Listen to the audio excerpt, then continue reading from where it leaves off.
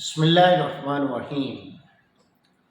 عزیز دوستو، ہمارا آج کا موضوع ہے قیمتی کار۔ ایک ننھا بچہ صبح صبح اپنے گھر سے نکلا تو اس نے دیکھا سامنے والے گھر کے باہر ایک بہت ہی قیمتی کار کھڑی ہے۔ چھوٹا بچہ اس کار کو بڑی توجہ سے دیکھنے لگا کہ کار کا مالک بھی باہر آ گیا۔ اس نے چھوٹے بچے کو دیکھا کہ وہ بڑی حسرت بھری نگاہوں سے کار کو دیکھ رہا ہے، تو اس نے کہا، کیوں بیٹا، یہ کار تمہیں پسند آئی؟ اس نے کہا، بالکل یہ کار مجھے پسند آئی۔ تو اس نے کہا، چلو میں تمہیں تھوڑا جھولا دیتا ہوں، آؤ میرے ساتھ بیٹھو۔ چھوٹے بچے کو اس نے اپنے ساتھ سوار کیا اور گاڑی ڈرائیو کر کے لے گیا۔ ابھی تھوڑا سا فاصلہ طے کیا، چونکہ چھوٹا بچہ اندر سے بھی گاڑی کو دیکھ رہا تھا، تو اس نے کہا، تو پھر کیسا محسوس ہوا؟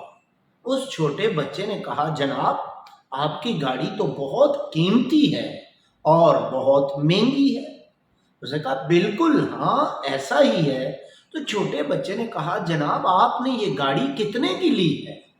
اس شخص نے کہا، یہ گاڑی میں نے لی نہیں ہے، مجھے میرے بھائی نے تحفہ دی ہے۔ چھوٹا بچہ اس کی بات سن کے خاموش ہوا اور وقفہ لے کر کہا، واہ ماشاءاللہ، کمال ہے۔ اس آدمی نے کہا، ہاں تم بھی سوچ رہے ہوگے کہ کاش تم بھی یہ گاڑی خریدو، کاش تمہارے پاس بھی ایسی گاڑی ہوتی۔ چھوٹے بچے نے کہا، نہیں، میں ایسی گاڑی نہیں لینا چاہتا، نہ ہی میری ایسی کوئی سوچ ہے۔ اس نے کہا، کیا تم ایسی گاڑی لینے کی سوچ نہیں رکھتے؟ کیا تم ایسی گاڑی پا لینے کی حسرت نہیں رکھتے؟ اس نے کہا، نہیں، مجھے حسرت ہے، کاش میرے پاس وہ بھائی ہوتا جو اتنی محبت سے تحفہ دیتا ہے۔ جی ہاں، یہ ہماری زندگی کی کہانی ہے کہ کیوں نہ ہم تحفہ دینے والے کو، نعمتیں دینے والے کو ہی کیوں نہ مانگ لیں۔ آپ کسی سے کوئی چیز مانگیں، اس سے اچھا نہیں کہ جو آپ کو دے رہا ہے آپ اسی کو مانگ لیں۔ جیسے چھوٹے بچے نے کہا کہ میری خواہش تو ہے کہ مجھے اللہ ایسا بھائی دے۔ مجھے یاد آتا ہے محمود غزنوی کا ایک غلام تھا، یوں سمجھے وفادار تھا۔ ایاز کا نام آپ نے سنا ہوگا، ایاز جو لاہور کا پہلا گورنر بھی رہا۔ اور ایک دلچسپ بات یہ بھی بتاؤں، آج بھی اس کی قبر لاہور میں موجود ہے۔ خیر، ایک روز محمود غزنوی نے، چونکہ بادشاہ تھا، اس نے اپنے دربار میں سب کو مخاطب کیا اور فضا میں ایک تھیلی کھولتے ہوئے بہت سارے سکے اچھالے۔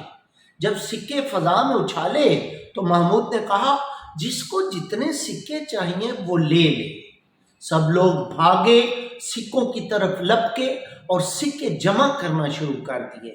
ہر کوئی کوشش میں تھا کہ وہ زیادہ سے زیادہ سکے حاصل کر لیں، لیکن ایاز اسی جگہ کھڑا رہا۔